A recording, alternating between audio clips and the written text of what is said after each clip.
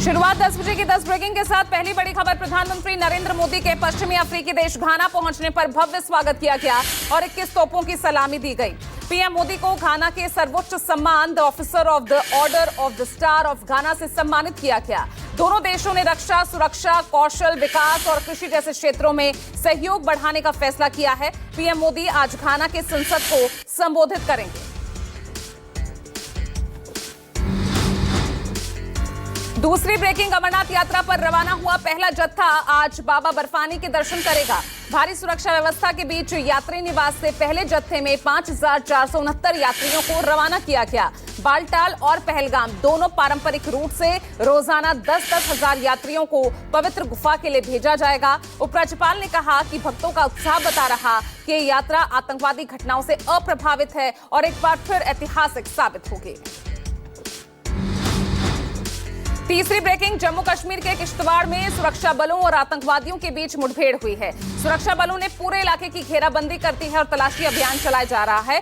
2 से 3 आतंकियों के छिपे होने की सूचना है। आतंकवादियों की मौजूदगी की खबर मिलने के बाद इस ऑपरेशन को अंजाम दिया जा रहा है।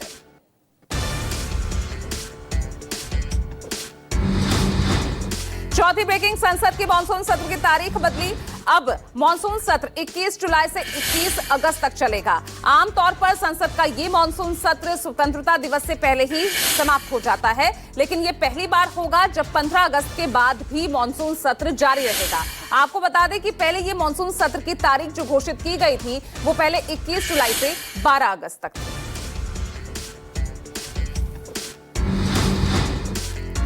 पांचवी ब्रेकिंग, पंजाब में आम आदमी पार्टी की सरकार का आज मंत्रिमंडल विस्तार। हाल ही में लुधियाना वेस्ट विधानसभा सीट का उपचुनाव जीतकर विधायक बने संजीव अरोड़ा का मंत्री बनना तय माना जा रहा है। राज्यपाल गुलाब चंद कटारिया आज दोपहर 1 बजे राजभवन में आप विधायक संजीव अरोड़ा को मंत्री पद की शपथ दिला सकते हैं। पंजाब की आप सरकार में 3 साल में यह 7वां फेरबदल होगा।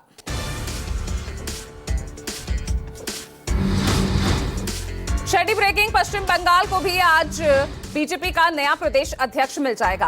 बंगाल में बीजेपी के नए प्रदेश अध्यक्ष के चयन के लिए आज चुनाव होगा और शाम तक प्रदेश अध्यक्ष के नाम की घोषणा कर दी जाएगी। देश के कई राज्यों में भाजपा के नए प्रदेश अध्यक्षों के लिए चुनाव प्रक्रिया चलाई जा रही है। अब उसके बाद ही बीजेपी के राष्ट्रीय अध्यक्ष का चुनाव होगा।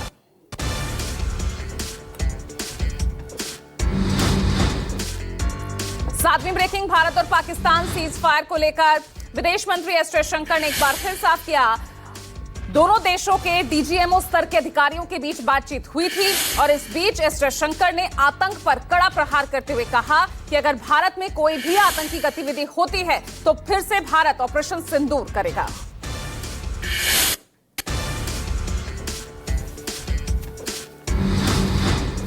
आठवीं ब्रेकिंग, माली में अलकायदा से जुड़े आतंकवादियों ने 3 भारतीयों को अगवा किया है। आतंकियों ने माली की एक सीमेंट फैक्ट्री से भारतीयों को अगवा किया। भारत सरकार ने चिंता जाहिर करते हुए माली सरकार से रिहाई की अपील की है और सभी जरूरी कदम उठाने की बात कही।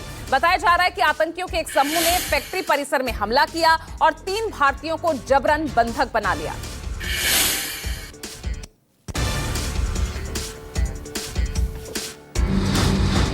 आठवीं ब्रेकिंग माली से आप देख रहे थे और अगली ब्रेकिंग आ रही है। 9वीं ब्रेकिंग, दिल्ली के लाजपत नगर से, जहां डबल मर्डर से सनसनी फैल गई। घर में मां बेटे की चाकू मारकर हत्या कर दी गई।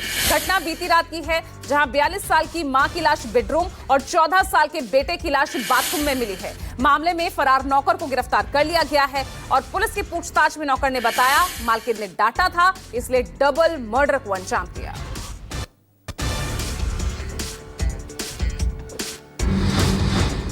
10वीं ब्रेकिंग, राजस्थान, मध्य प्रदेश समेत 11 राज्यों में बारिश का ऑरेंज अलर्ट जारी किया गया है। हिमाचल और उत्तराखंड में अब तक बाढ़, लैंडस्लाइड से 62 लोगों की मौत हो चुकी है। 56 लापता बताए जा रहे हैं। उधर हिमाचल में मनाली बगलामुखी के पास भारी लैंडस्लाइड देखने को मिली है। भूस्खलन से कोकलाह सड़क मार्ग पूरी तरह ठप हो गया है। वहीं भारी बारिश से अजमेर दरगाह परिसर में बने बरामदे की छत का एक हिस्सा बह गया है।